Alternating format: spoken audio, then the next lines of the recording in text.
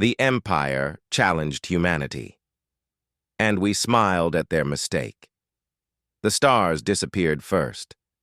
Admiral Jinsu stood on the bridge of the Earth defense ship, Horizon, and watched as massive shadows blocked out the light from distant suns. His coffee cup stopped halfway to his lips. In 30 years of military service, he had never seen anything like this. "Sir, we have contacts," the sensor officer said, her voice shaking. "Multiple contacts, hundreds of them." Jinsu set down his cup carefully. "How many is hundreds?" 612 ships, Admiral. They just appeared at the edge of our system." The bridge fell silent. Earth's entire defense fleet consisted of 230 ships. Jinsu had thought that was impressive. He had been wrong. The communication system crackled to life. A deep voice spoke in perfect English, though the accent was strange and metallic. "Humans of Earth, we are the Valdran Empire. Prepare to receive our representative." Jinsu straightened his uniform. "Send the transmission to Earth Command. Get me Ambassador HFY on a secure channel, and someone wake up the President." Within an hour, the Valdran shuttle landed at the United Earth Council building in Geneva. The alien who stepped out was tall, nearly 8 feet, with gray skin that looked like polished stone. His eyes were black and reflected no light. He wore armor that seemed to flow like liquid metal. Ambassador HFY met him at the entrance. She was a small woman, barely 5 feet tall, but she did not flinch when the Valdran towered over her. "Welcome to Earth," she said calmly. "I am Ambassador HFY, representative of the United Earth Council." "I am War Master Kelrick," the alien replied. "I speak for the Valdran Empire. Take me to your leaders." The meeting room was filled with representatives from every nation on Earth. President Kyung-hee sat at the head of the table. She nodded to War Master Kelrick. "Please state your business." Kelrick did not sit. He stood at the end of the table like a judge pronouncing sentence. "Your species occupies 3 star systems that contain graviton particles.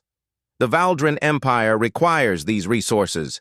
You have 30 standard days to submit to Imperial authority. You will become a client species. Your military will disband. Your worlds will provide labor and materials for the Empire. In return, we will allow you limited self-governance." The room erupted in angry voices.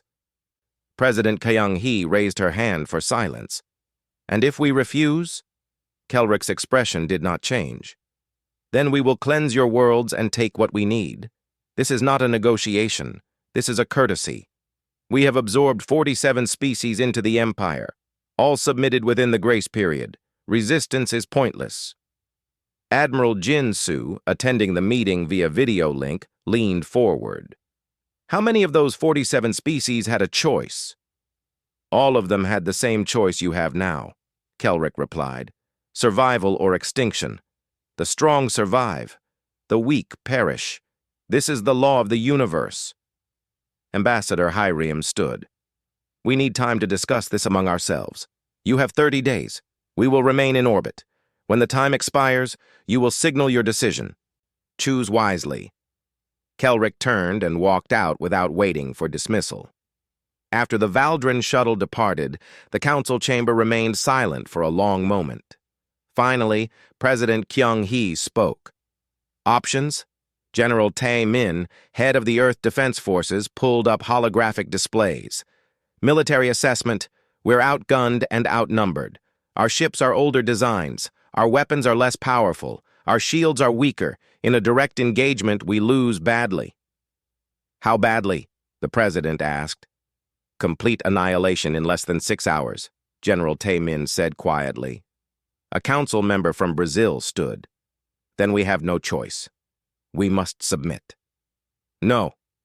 The voice came from Admiral Jinsu through the video link. Everyone turned to look at his image. "Permission to speak freely, Madam President?" "Granted, Admiral." Jinsu took a deep breath. "The Valdran studied our military capabilities. They counted our ships, measured our weapons, analyzed our tactics, but they never studied our history. They don't know what humans are capable of when cornered. They have 600 ships, another council member protested. What can we possibly do? Dr. Mi-sun, the lead scientist from the Advanced Warfare Research Division, stepped forward. She was young, only 32, but she had the sharpest mind in human space. Admiral Jin-soo is right. The Valdrin made assumptions based on conventional warfare. But humans have never fought conventionally. We adapt. We improvise. We survive. President Kyung-hee looked around the room. Does anyone else have thoughts? Captain Dong-hyun, the youngest ship commander in the fleet, raised his hand. He was only 28, but had distinguished himself in the colony wars against pirates. Madam President, I've studied the Valdrin fleet movements. They're disciplined, organized, and predictable. They expect us to either surrender or meet them in open space combat. What if we do neither? Explain, the president said. Give me 3 days with Dr. Mi-sun and Engineer Tae-young. Let us show you a different option. The president nodded slowly. You have your 3 days. Over the next 72 hours, a plan emerged. It was desperate, unconventional, and had only a small chance of success, but it was better than surrender. Admiral Jin-soo presented it to the council. We spent 10,000 years fighting each other on Earth. Wars over resources, territory, ideology, religion. We became very good at killing with whatever tools we had. The Valdrins see us as primitive. That's their first mistake. On the holographic display, Earth's system appeared, along with the 3 colony worlds. We have 28 days left. We won't use that time to build weapons we don't have the technology for. Instead, we'll use what we do have. Every satellite, every space station, every mining platform, every civilian ship. We turn our entire infrastructure into a weapon. Engineer Tae-young continued the briefing. We can't beat them with superior firepower, but we can beat them with superior environment.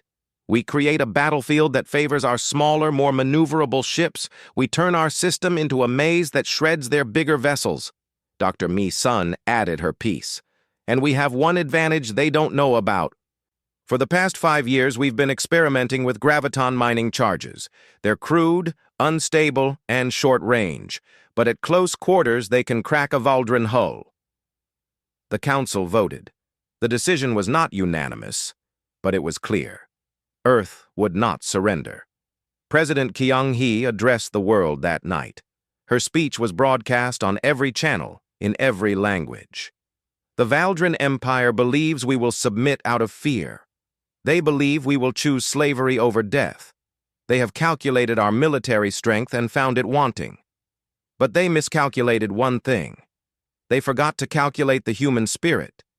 We are the species that survived ice ages, plagues, and world wars. We are the species that split the atom and reached the stars. We do not bow, we do not break, and we do not surrender our freedom. Let them come. Let them see what humanity does when threatened. We will show them why Earth still stands. Admiral Jin-soo watched the speech from his ready room. Around him, his officers prepared for war. He thought about his daughter on Earth, his son on Mars colony, his wife who had died in the colony wars. He thought about what they were about to do. A young lieutenant approached him. Admiral, the fleet is ready. All ships report prepared for operations. Jin-soo nodded. He pulled up the file on Valdrin military tactics. Standard Empire doctrine, overwhelming force, break the enemy fleet quickly, demand surrender from the civilian government. They had done it 47 times. It had worked 47 times. But they had never faced humans before. Jin-soo smiled. It was not a happy smile. It was the smile of a predator that had just spotted prey. Let them come, he said softly. Let's show these conquerors what happens when you threaten Earth. Above the planet, in the cold darkness of space, 612 Valdrin warships waited. They expected either submission or a brief one-sided battle. They would get neither. The countdown had begun. 28 days until humanity's answer. 28 days until the Valdren learned their first lesson about humans. Some species submit when threatened. Some species negotiate. Some species run. Humans prepare. And when humans prepare for war, the galaxy should pay attention. The Valdren had made their first mistake. They would soon discover how many more they would make before this was over. The Empire challenged humanity, and we smiled at their mistake. 28 days passed quickly. On the Valdren flagship, Eternal Dominion, War Master Kelric reviewed the intelligence reports with satisfaction. The humans were behaving exactly as predicted. "Status report," he commanded. His second officer, a Valdren warrior named Gorath, gestured to the holographic display. "The humans are evacuating their outer colonies. Their military fleet is consolidating near Earth. Standard pre-submission behavior, War Master. We've observed this pattern 47 times." Kelric nodded. "And their military capabilities?" "Unchanged. 230 ships, all outdated designs. Their largest vessel is barely half the size of our smallest cruiser. Their weapons cannot penetrate our shields. Their tactics are primitive." "Victory will be swift." "Excellent. When they signal surrender, we will accept gracefully. The humans will make useful workers. Their adaptability is impressive, even if their technology is not." In a hidden bunker deep beneath the surface of Mars, a very different meeting was taking place. Admiral Jinsu stood before a holographic map of the solar system. Around him sat the core leadership of Earth's defense: President Kyung-hee, General Tae-min, Dr. Mi-sun, Engineer Tae-young, Captain Dong-hyun, and Commander Yoon-soo, Head of Special Operations. "Final status check," Jinsu said. "Engineer Tae-young, your report?" The engineer smiled. He looked tired but excited. "Every satellite, space station, mining rig, and civilian vessel in all 4 systems has been modified. We've installed overload charges in their fusion cores. Each one is connected to the Cascade Protocol network. When you give the signal, they all detonate simultaneously in calculated patterns. The Valdren will detect the modifications," General Taemin said. "No, sir, they won't. We disguised them as standard maintenance upgrades. The Valdren scans looked for weapons and military hardware. They didn't look for civilian infrastructure becoming one giant minefield." Dr. Mi-sun continued. "Project Ember is ready.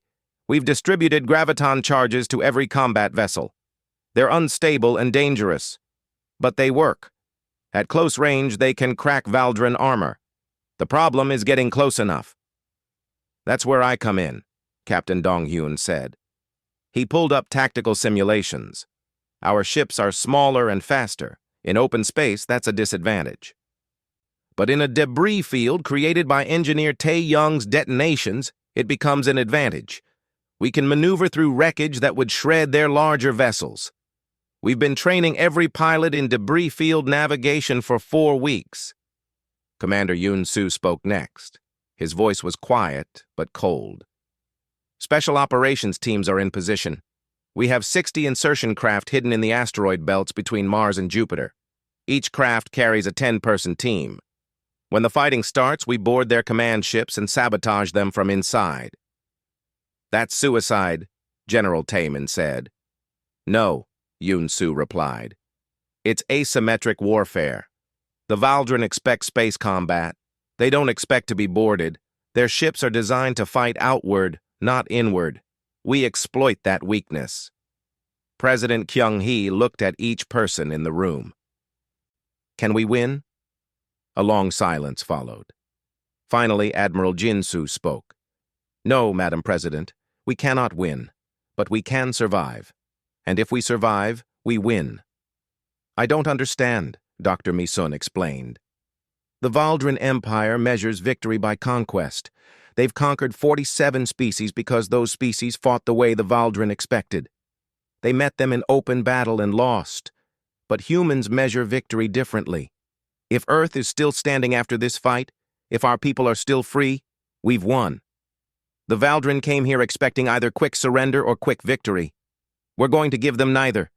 We're going to give them a nightmare. President Kyung-hee stood. Then let's deliver our answer. 2 hours later, Ambassador Hay-Rim stood before the communication screen.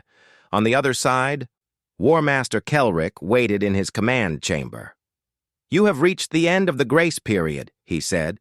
"Transmit your surrender." Hay-Rim smiled.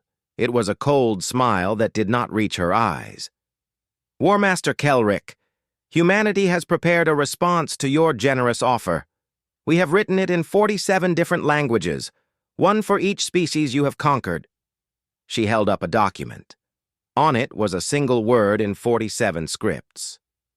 "No." Kelrick's expression hardened. "You choose extinction. Very well. I will honor your bravery with a swift end. Your species will be remembered as the 48th to face the Valdrin Empire. Prepare for—" "War Master," Hay-Rim interrupted. "You misunderstand. That document isn't our refusal. It's a count." "A count?" "Yes, a count of the mistakes you've made since entering our system. Mistake number 1. You assumed we would fight like the other species you conquered. Mistake number 2. You studied our military but not our history. Mistake number 3. You gave us 30 days to prepare. Mistake number 4. You parked your fleet in a predictable formation. Should I continue, or would you like to start learning from your mistakes now?" Kelrick's face showed anger for the first time. "You dare mock the Valdrin Empire? Your insolence will be punished. Fleet, advance to attack formation. Destroy their military vessels. Prepare for orbital bombardment of Earth." The transmission ended. In the bunker, President Kyung-hee turned to Admiral Jin-soo. "The Valdrin fleet is moving. 600 ships advancing on Earth." Jin-soo nodded slowly. His hands were steady as he opened the command channel to every human ship, every station, every modified piece of infrastructure in the solar system. "All units, this is Admiral Jin-soo. The Valdrin have rejected peace. They have chosen war. They believe we are weak. They believe we are primitive. They believe we will be easy to defeat. Let's show them what happens when you threaten humanity. All units, weapons free. Execute Operation Hornet's Nest. Light the fires." Across the solar system, thousands of modified structures received the signal. Fusion cores began overload sequences. In precisely calculated patterns, they detonated. The explosions were massive, visible from Earth even in daylight. Metal, rock, and debris spread out in expanding clouds. On the Eternal Dominion, alarms screamed. "War Master! Multiple detonations across the system. The humans are destroying their own infrastructure." Kelrick stared at the tactical display in disbelief. "They're insane. They're destroying everything." "No, sir," his science officer said, studying the patterns. "The detonations are precise. They're creating debris fields in calculated positions. They're fragmenting our formation." The realization hit Kelrick like a physical blow. The Valdrin fleet, so impressive in open space, suddenly found itself separated into groups by expanding clouds of wreckage. Ships that tried to maintain formation collided with debris. Shields designed to stop energy weapons couldn't handle the constant impacts of metal fragments traveling at high speeds. "Reform the fleet," Kelrick ordered. "Pull back to open space." But it was too late. From the debris clouds, human ships emerged. They were smaller, faster, and they moved through the wreckage like fish through water. The Valdrin ships, massive and powerful, struggled to maneuver without hitting debris. Captain Dong-hyun's frigate, the Defiant Spirit, dove through a cloud of twisted metal. His weapons officer called out targets. "Valdrin cruiser, 4,000 meters, shields weakened from debris impacts." "Close to 500 meters, Dong-hyun ordered. "Prepare graviton charges." "Sir, that's suicide range." "Do it!" The Defiant Spirit screamed through the debris field, its smaller hull dodging obstacles that would have crushed a Valdrin ship. At 500 meters point-blank range in space combat, they fired. The graviton charges were crude weapons, unstable and short-ranged. But at this distance, they punched through the weakened Valdren shields like hammers through glass. The cruiser's hull cracked. Atmosphere vented. The ship went dark. "Target destroyed," the weapons officer shouted. "Moving to next target." Across the battlefield, the scene repeated. Human ships appeared from debris clouds, struck at close range, then vanished back into the wreckage. The Valdren tried to pursue, but their larger ships couldn't follow. Those that tried became trapped in the debris, easy targets for more human attacks. And then Commander Yunsu's team struck. 60 small insertion craft, hidden for weeks, launched from the asteroids. They were fast, stealthy, and carried no weapons except what the soldiers inside held. They targeted Valdren command ships, using the chaos of battle to get close. Sergeant Byung-ho led the first boarding team onto a Valdren destroyer. The airlock breached with a cutting torch. His team poured inside, weapons ready. The Valdren crew was larger, stronger, better armed. But they were not ready for humans to be inside their ship. They were not ready for close-quarters combat in narrow corridors where size was a disadvantage. The battle raged for 6 hours. When it finally ended, both sides pulled back to assess damage. The Valdren had lost 287 ships. Earth had lost 189. But Earth still stood. The planet was untouched. Admiral Jin-Soo broadcast on all frequencies. His voice was tired but firm. "Valdren Fleet, this is Admiral Jin-Soo of Earth Defense. You came to our home expecting submission. We gave you education. This was lesson 1. If you choose to continue, we have more lessons prepared. Or you can leave now and remember that humanity does not surrender. The choice is yours." In the Eternal Dominion, War Master Kelrick stared at the tactical display. Nearly half his fleet was gone. The humans should have been destroyed in the first hour. Instead, they had fought like nothing he had ever seen. They turned their own infrastructure into weapons. They fought in ways no civilized species would fight. He thought about the ambassador's words, 47 mistakes.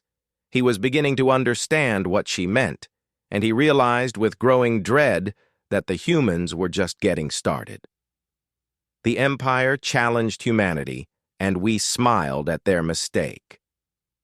3 months passed. The Valdren fleet retreated to the edge of the solar system, licking its wounds. On Earth, the celebration was brief. Everyone knew this was not over. Admiral Jin-Soo sat in a hospital bed, recovering from injuries sustained when his ship took a direct hit during the battle.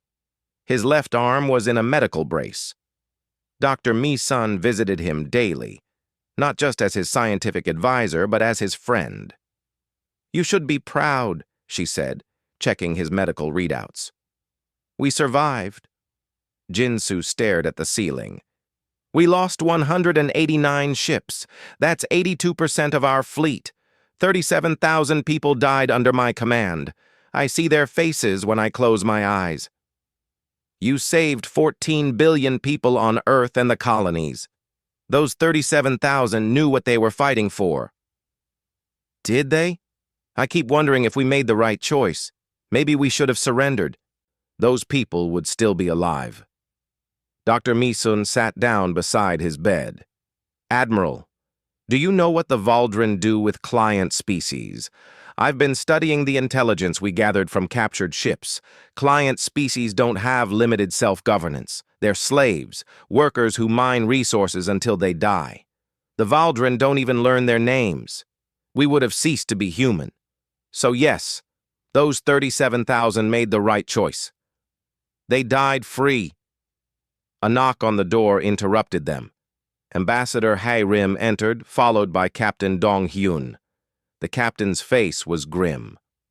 "Admiral, we have a problem," Hai-Rim said. "The Valdren sent a message. Not to us, to their empire. They're requesting reinforcements." Jin-Soo sat up, ignoring the pain in his arm. "How many?" 4,000 ships. Captain Dong Hyun replied. They're sending the Grand Armada, led by war champion Voss, their greatest military commander. Intelligence says Voss has never lost a battle in 40 years of service. 4,000 ships, Jinsu repeated softly. We barely survived 600. How are we supposed to fight 4,000? We're not, Dr. Mi-sun said. Everyone turned to look at her. We can't beat 4,000 ships in conventional combat, so we don't fight conventionally. We change the rules again. In the council chamber, Earth's leadership gathered once more. President Kyung-hee looked older than she had 3 months ago. The stress was visible on everyone's faces. Options? She asked, her voice tired. General Tae-min pulled up population reports. Madam President, we must consider evacuation. We can't defend against the Grand Armada. We should evacuate Earth and the colonies, scatter into deep space, preserve the species. And abandon our home? President Kyung-hee asked. To save our people, yes. Ambassador Hai-rim stood. I disagree. If we run, we lose everything. Not just our worlds, but our identity. We become refugees, forever running, never safe. The Valdren will hunt us across the galaxy. We must make a stand here. A suicidal stand, General Tae-min countered. Maybe, Captain Dong Hyun said, but I've been thinking about what Dr. Mi-sun said. We can't win a conventional battle, so we fight unconventionally. We fought Operation Hornet's Nest. Now we need Operation Ghost War. Explain, the president said. Engineer Tae-young brought up new schematics. He looked even more exhausted than before. We spent 3 months studying captured Valdren technology. We found something interesting. The Empire's greatest strength is their standardization. Every ship uses the same systems, same protocols, same frequencies. 4,000 ships all operating in perfect coordination. How is that a weakness? General Tae-min asked. Dr. Mi-sun smiled. Because perfect coordination requires perfect communication, and we can interfere with that. We can't destroy 4,000 ships, but we can confuse them. Make them see threats that aren't there, make them fight shadows, make them paranoid and exhausted. A new voice spoke up. Commander Ji-hoon, a former police negotiator who had been recruited for his psychological expertise. It's psychological warfare. We make the Valdren afraid, not of our weapons, but of uncertainty. Every shadow becomes a threat. Every sensor reading becomes suspect. We get inside their heads. And while they're distracted, Commander Yoon-soo added, we hit their supply lines. 4,000 ships need massive amounts of fuel, ammunition, and supplies. We make every supply run a nightmare. We turn their logistics into a war of attrition. President Kyung-hee looked around the table. Can this work? It's never been tried on this scale, Admiral Jin-soo admitted.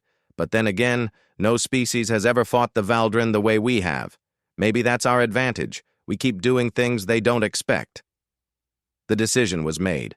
Earth would not evacuate. They would fight. 6 weeks later, the Valdren Grand Armada arrived. 4,000 warships dropped out of faster-than-light travel at the edge of the solar system. War champion Voss stood on the bridge of his flagship, the inevitable Victory. He was older than War Master Kelrick, with scars that marked decades of combat. His black eyes studied the sensor displays. Report, he commanded. The human home system, War Champion. Scanning for enemy fleet, scanning, no contacts, no fleet formations, no defensive lines. The system appears empty except for the primary planet. Voss frowned. Where are their ships? Unknown, sir. We detect no military vessels in formation. They're hiding, Voss said. After their previous victory, they've grown confident. They think they can ambush us like they did War Master Kelrick. Search every asteroid, every moon, every debris field. Find them. The Grand Armada spread out, searching. But they found nothing. No hidden fleet. No secret bases. Just empty space. Then the transmissions began. Across hundreds of frequencies, in Valdrin language, messages appeared. "Welcome back. We've been expecting you. Did you bring enough friends this time? Sector 7. We're waiting. Target practice begins in 3, 2, 1. But when Valdrin ships rushed to Sector 7, there was nothing there. More transmissions followed from different locations. Each time the Valdrin investigated, they found empty space. "It's a trick," Voss said. "They're trying to waste our time and resources.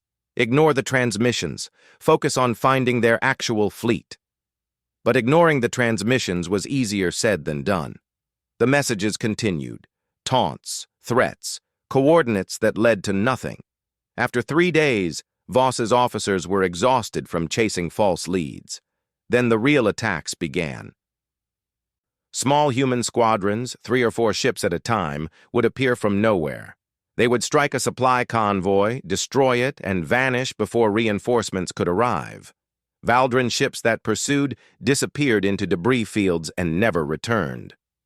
Lieutenant Na Young, operating from a hidden station on one of Jupiter's moons, coordinated the psychological warfare campaign. She hacked Valdrin communication channels and played recordings. Not threats. Something worse. The final transmissions from Valdrin ships destroyed in the first battle. Crews screaming as their vessels broke apart. Officers calling for help that never came. She played these recordings on loop across Valdrin frequencies. Valdrin crews began to crack under the pressure. They were warriors, trained for battle. But this wasn't battle. This was hunting ghosts.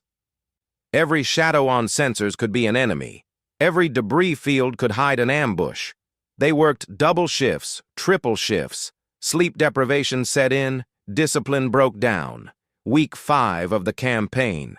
A Valdrin supply ship, the resource provider, was transporting ammunition to the fleet when 3 human frigates appeared. The Valdrin captain called for help, but the nearest warship was 6 hours away. The resource provider was destroyed. The 3 human ships vanished. Week 8. A Valdrin destroyer pursued a single human corvette into an asteroid field. The destroyer's sensors malfunctioned in the heavy debris. When they cleared, the destroyer was surrounded by 20 human ships. It was destroyed in seconds. The human ships disappeared before reinforcements arrived. Week 12. Voss received a secret transmission. It was from a species called the U-length, one of the 47 client species in the Empire. The message was simple. Earth still stands. Earth survived. Resistance is possible. The U-length didn't openly rebel, but suddenly, intelligence about Valdrin fleet movements began leaking to the humans. Supply shipments were accidentally delayed. Equipment malfunctioned at critical moments. Voss realized the truth. The humans weren't trying to destroy his fleet. They were trying to destroy his fleet's cohesion. Every attack, every transmission, every delay was calculated to create doubt, fear, and exhaustion. And it was working. In a strategy session with his officers, Voss made a decision. "We cannot continue like this. The humans refuse to face us directly. They fight like cowards, hiding and striking from shadows. If we cannot defeat their fleet, we will remove their reason to fight. Prepare for orbital bombardment of the human homeworld. We will destroy Earth and end this war." His officers looked uncomfortable. Orbital bombardment of an inhabited planet was a war crime by Valdrin law. But Voss was desperate. The Grand Armada was bleeding from 1,000 small cuts. He needed to end this war now, before his fleet collapsed from exhaustion. "All ships," he commanded, "move into bombardment formation around the human homeworld. Prepare planetary weapons. In 6 hours, Earth will burn." On Mars, Admiral Jin-Soo received the report. The Valdrin fleet was moving into bombardment formation. Earth had 6 hours. He looked at Dr. Maison. "Is Phase 2 ready?" She nodded. "It's ready. But Admiral, if this doesn't work, then Earth burns and humanity ends. But if it does work, We prove something important to the galaxy. We prove that the Valdren can be defeated. Even if we fall, others will rise. The Empire's reign ends here. Jinsu opened a channel to every human ship, every station, every soldier hiding in the solar system. All units, this is Admiral Jinsu. The Valdren are moving to destroy Earth. We knew they would. Everything we've done for the past 3 months was to bring them to this moment, to this place, to this formation. Now we spring the final trap. All units, execute Phase 2, for Earth, for humanity. Show them what we really are. The Empire challenged humanity, and we smiled at their mistake. The Valdren Grand Armada moved into position around Earth. 4,000 warships formed a perfect sphere, their weapons aimed at the blue planet below. Inside the inevitable victory, War Champion Voss gave the final order. Charge planetary bombardment weapons. Fire in 60 seconds. His officers worked their stations. Across the fleet, massive weapons powered up. These were not designed for fighting ships. They were designed to crack planets, to turn oceans into steam and continents into ash. In 60 seconds, Earth would begin to die.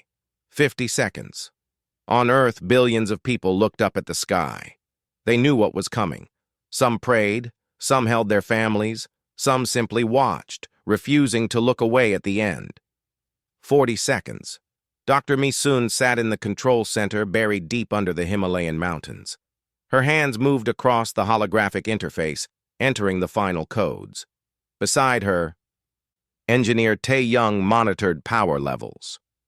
"All systems ready," he said quietly. "May this work." 30 seconds. Captain Dong Hyun's rebuilt frigate, the Defiant Spirit II, floated in the shadow of Europa, one of Jupiter's moons. Around him, the remains of Earth's fleet waited. 141 ships. All that remained of humanity's military.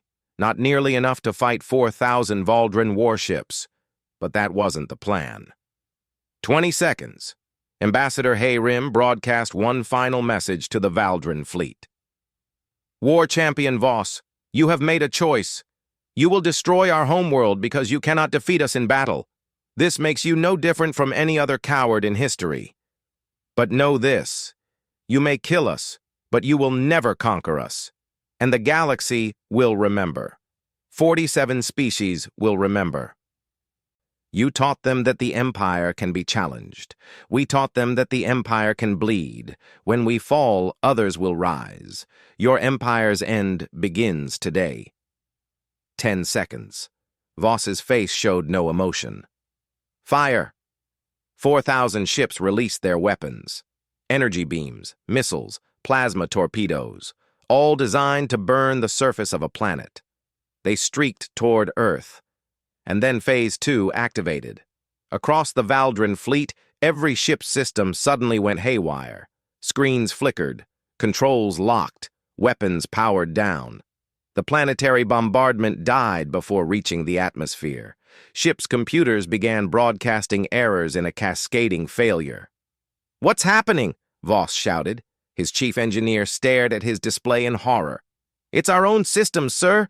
Someone is broadcasting an overload code on our command frequencies. The code is written in our own protocols, but it's telling our ships to shut down critical systems." "How is that possible? Those codes are classified at the highest level."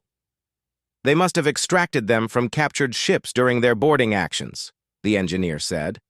"Sir, they had 3 months to study our technology. They found a vulnerability we didn't know existed." 340 ships across the Valdren fleet suffered complete system failures. They went dark, floating helplessly in space. Another 600 experienced partial failures. Weapons offline, shields down, engines stuttering.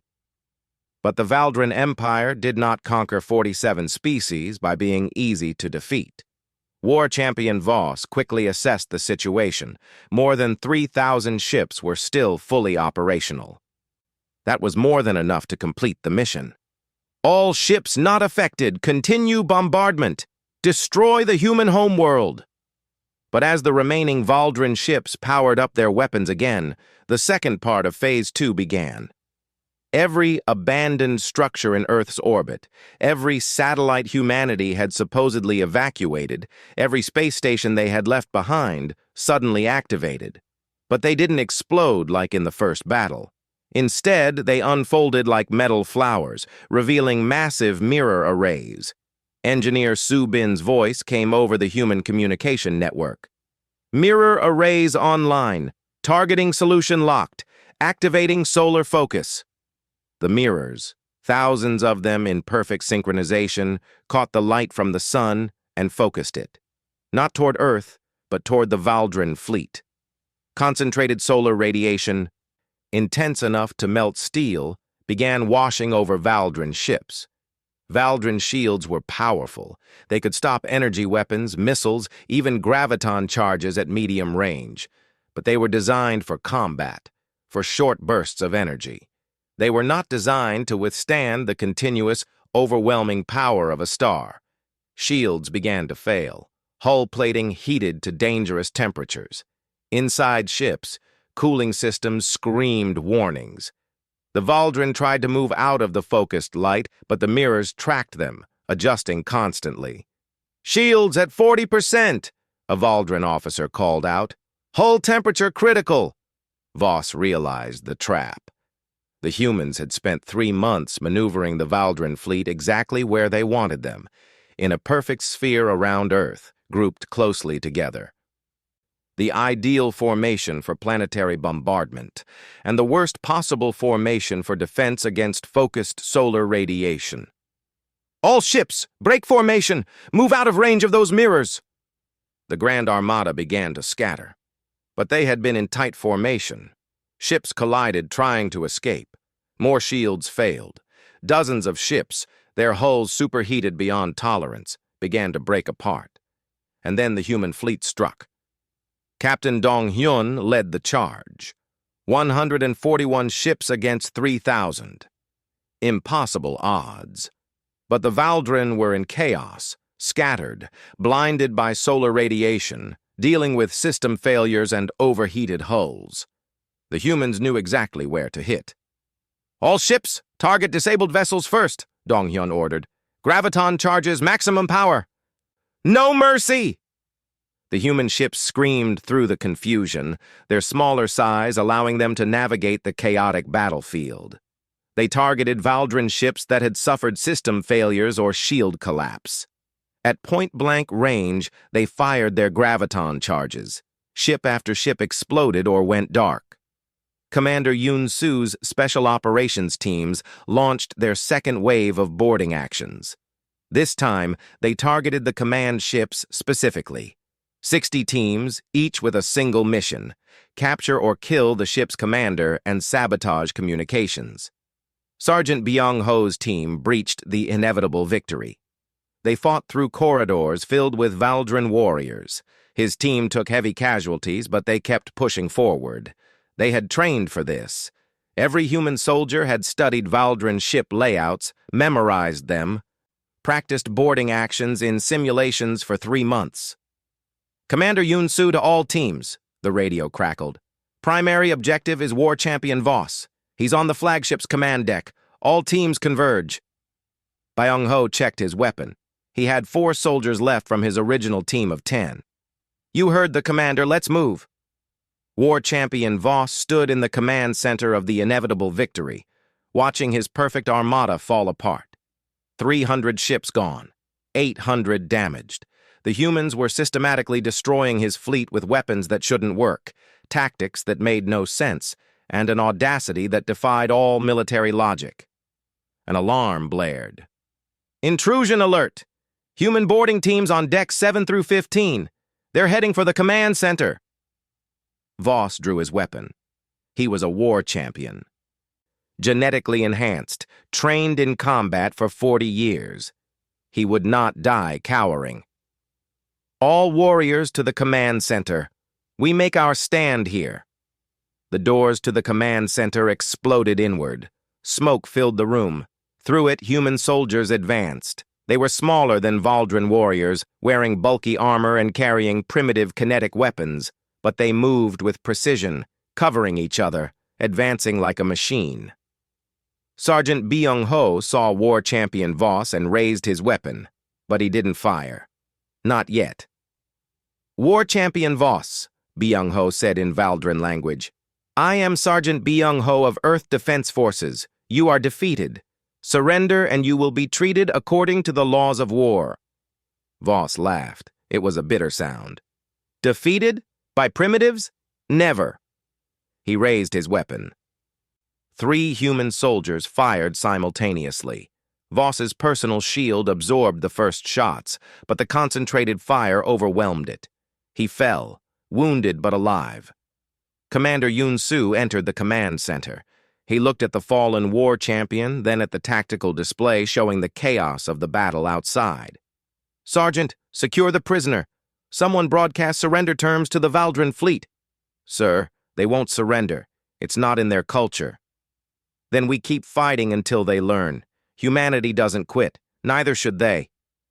Lieutenant Na Young's voice came over the communication system, broadcasting on all Valdren frequencies. "Valdren Fleet, this is Earth Defense Forces. Your war champion is captured. Your fleet is broken. You came to conquer us. Instead, you have learned what every species that threatens Earth learns. We do not surrender. We do not submit. We survive. Power down your weapons. Accept temporary custody. Or we continue this battle until nothing remains of your Grand Armada. You have 60 seconds to decide."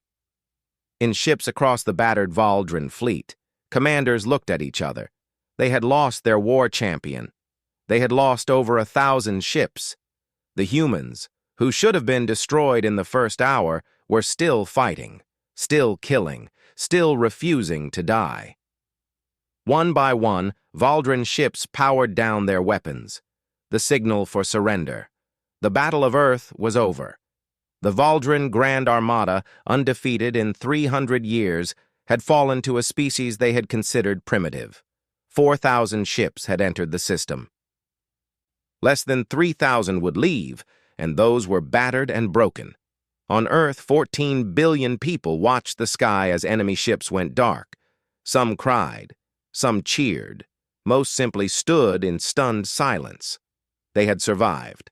Against impossible odds, humanity had survived. Admiral Jin-Soo watched from the command center. His arm still ached from his previous injuries, and new scars would join the old ones. But he was alive. Earth was alive. Dr. Mi-sun stood beside him. "We did it," she said softly. "We actually did it." "No," Jin-Soo replied. "We survived it. The hard part comes next. The Valdren Empire won't forgive this. They'll come back, stronger, angrier. Then we'll be ready. We've proven something today. We've proven that the Empire can be defeated. Every client species in the galaxy saw this battle. Some of them are planning their own rebellions right now." Jin-Soo nodded slowly. The Empire challenged humanity, and we smiled at their mistake. Let's make sure they never forget that smile. The Empire challenged humanity, and we smiled at their mistake. 3 months after the Second Battle of Earth, the Valdren Empire sent representatives to negotiate peace. Not conquerors this time. Diplomats. The meeting took place on neutral ground, a space station at the edge of human territory. Ambassador Hai Rim led the human delegation. Across the table sat High Counselor Morath of the Valdren Empire, flanked by legal experts and military advisors. Morath spoke first. His voice was formal, measured. "The Empire acknowledges that the conflict with humanity has reached an impasse. We propose a ceasefire and the establishment of neutral borders." Hai Rim smiled. It was not a friendly smile. "An impasse? Is that what you call losing 2 battles and over 2,000 ships?" "The Empire remains strong," Morath replied, but his voice lacked conviction. "We could continue this war, send more fleets. Eventually, even Earth would fall." "Could you?" Hai Rim pulled up a holographic display. It showed the Valdren Empire's territory. Several regions were highlighted in red. Since news of your defeats spread, 7 client species have begun independence movements. The Ulenth openly declared rebellion 2 weeks ago. The Morok ceased all resource shipments to your core worlds. The Centauri are negotiating independence terms. Your empire is fracturing. You don't have the resources to fight us and suppress rebellions across dozens of worlds. Morath's expression hardened. You taught them to rebel. You spread propaganda across our territories. We told them the truth, Hayrim corrected. We told them that the Valdrin Empire lost, twice, to a species you considered primitive. We showed them that resistance is possible. That's not propaganda. That's history. The negotiations continued for 2 weeks. Finally, a treaty was signed. The Valdrin Empire would withdraw from human territory completely. They would release all human prisoners. They would pay reparations for the damage caused. In return, humanity would cease supporting rebellions in Valdrin territory and would return captured Valdrin personnel, including war champion Voss. It was not a perfect peace, but it was survival. Admiral Jinsu watched the treaty signing from Earth.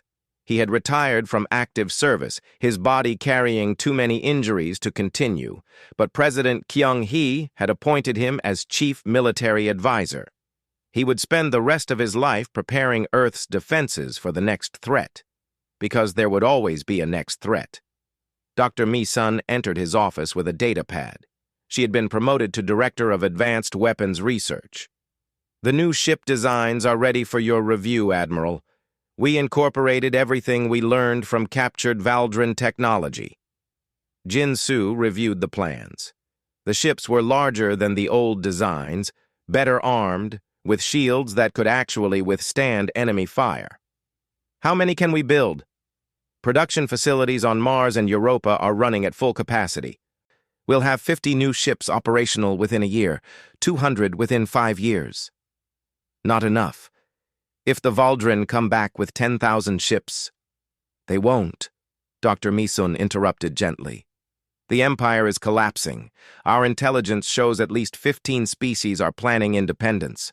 The Valdrin will spend the next decade trying to hold their territory together. They won't have resources to attack us. But someone else might. The galaxy is full of empires, kingdoms, and federations. Now that we've announced our presence, then we'll be ready. Dr. Mi-sun sat down across from him. Admiral, you need to stop carrying the weight of every possible future on your shoulders. We won. Against impossible odds, we survived. That's enough for now. Jinsu looked out the window at Earth below. The planet showed scars from the war, cities rebuilding, forests regrowing, monuments to the fallen rising across every continent. But it was alive. Humanity was alive. I keep thinking about Lieutenant Hyo Jin, he said quietly. The pilot who rammed her fighter into that carrier. She was 23 years old.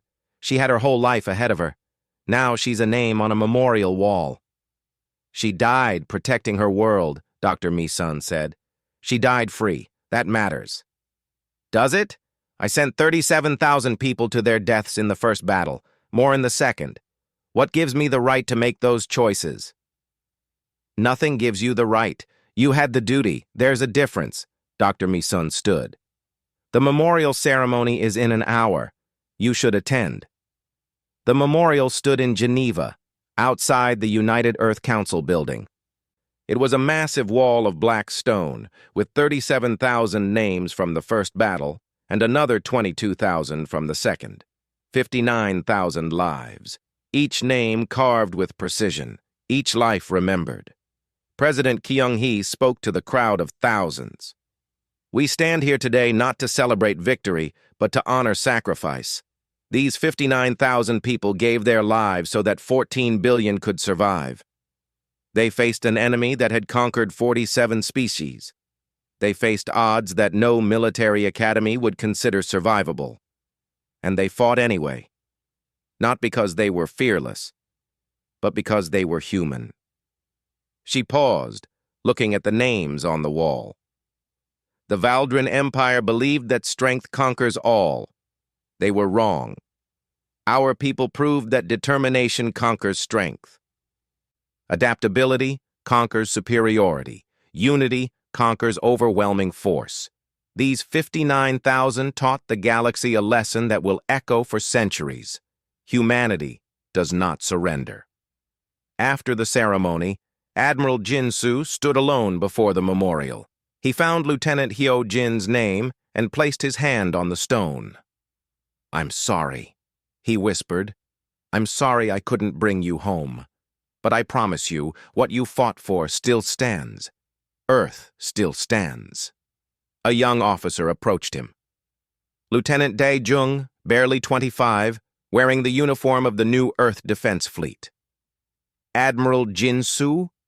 I wanted to thank you, sir. My family is alive because of the choices you made." Jinsu looked at the young officer.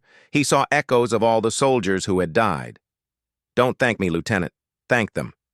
He gestured to the memorial. "They paid the price. We just lived to see the result. Sir, if I may ask, was it worth it? The cost, I mean." Jinsu thought about the question. He thought about the billions still alive, the children who would grow up free, the future humanity now had. "Ask me again in 50 years, Lieutenant. When you're old and Earth is still standing. When your children ask you about the war and you can tell them we won. Then maybe we'll both know if it was worth it." Across the galaxy, in the territories that had once belonged to the Valdrin Empire, change was coming. The Ulinth declared full independence and established their own government. The Morok negotiated freedom in exchange for trade agreements. The Centauri simply stopped acknowledging Valdrin authority.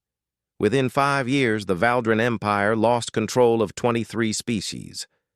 Within 10 years, the Empire was a shadow of its former self, controlling only a fraction of its previous territory. The other empires watched and learned. Some learned that humanity was dangerous and should be left alone. Others learned that conquest was becoming harder as news of the Valdrin defeat spread. Client species across the galaxy began questioning their overlords. If humans could resist, why couldn't they? A wave of independence movements swept across explored space. Historians would later call it the Human Awakening, not because humanity started all the rebellions, but because humanity proved that rebellion could succeed. 20 years after the Battle of Earth, Ambassador Hayrim retired. She was 73 years old, tired but satisfied. Her final act was to establish the Galactic Friendship Initiative, an organization dedicated to helping newly independent species establish governments and defend their freedom. Captain Dong Hyun, now Admiral Dong Hyun, commanded Earth's defense fleet. The fleet had grown to 400 ships, all modern designs incorporating human innovation and captured alien technology. Earth was no longer vulnerable. Earth was formidable. Dr. Mi-sun continued her research, but her focus had shifted from weapons to exploration.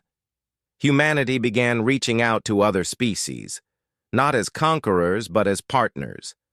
The galaxy was vast, and humanity was still young. There was so much to learn. 30 years after the war, Admiral Jinsu passed away peacefully in his sleep. He was 87 years old. Millions attended his funeral. He was buried with military honors at the memorial in Geneva, his name added to a special section reserved for heroes. President Kyung-hee, now retired, gave the eulogy. "Admiral Jinsu once asked me if we had won the war. I told him we had survived, and for humanity, that was the same thing. But I was wrong. We didn't just survive. We changed the galaxy. Because of the choices Admiral Jinsu made, because of the sacrifices our people accepted, 47 species are now free. Hundreds of billions of people live without chains. That's not just survival. That's victory." 50 years after the Battle of Earth, Lieutenant Dae Jung, now Fleet Admiral Dae Jung, stood before a new generation of cadets at the Earth Defense Academy. He told them the story of how the Valdrin Empire came to Earth demanding submission, how Admiral Jinsu smiled at their mistake, how humanity fought with everything they had and survived. The galaxy is still dangerous, he told the young cadets. There are still empires, still conquerors, still threats. But they all know one thing now. They all learned the lesson the Valdrin learned. You don't threaten Earth. You don't demand humanity's surrender. Because humans don't calculate odds before fighting. We don't consider whether victory is probable. We only consider whether the fight is necessary. And when you threaten our home, our freedom, our future, the fight is always necessary. He looked at the eager young faces before him. They had grown up in a galaxy where humanity was respected, even feared. They didn't remember the fear of those early days when extinction seemed certain. Remember this, Admiral Dejong said. The Valdrin Empire was not defeated by superior weapons or overwhelming numbers. They were defeated by human determination, by our refusal to accept defeat, by our ability to adapt, to improvise, to find solutions where none should exist. That is what makes us human. That is what makes us dangerous. And that is what ensures Earth will still stand long after every empire that threatens us has fallen. The Empire challenged humanity, and we smiled at their mistake. Because we knew something they didn't. Empires fall, but Earth endures.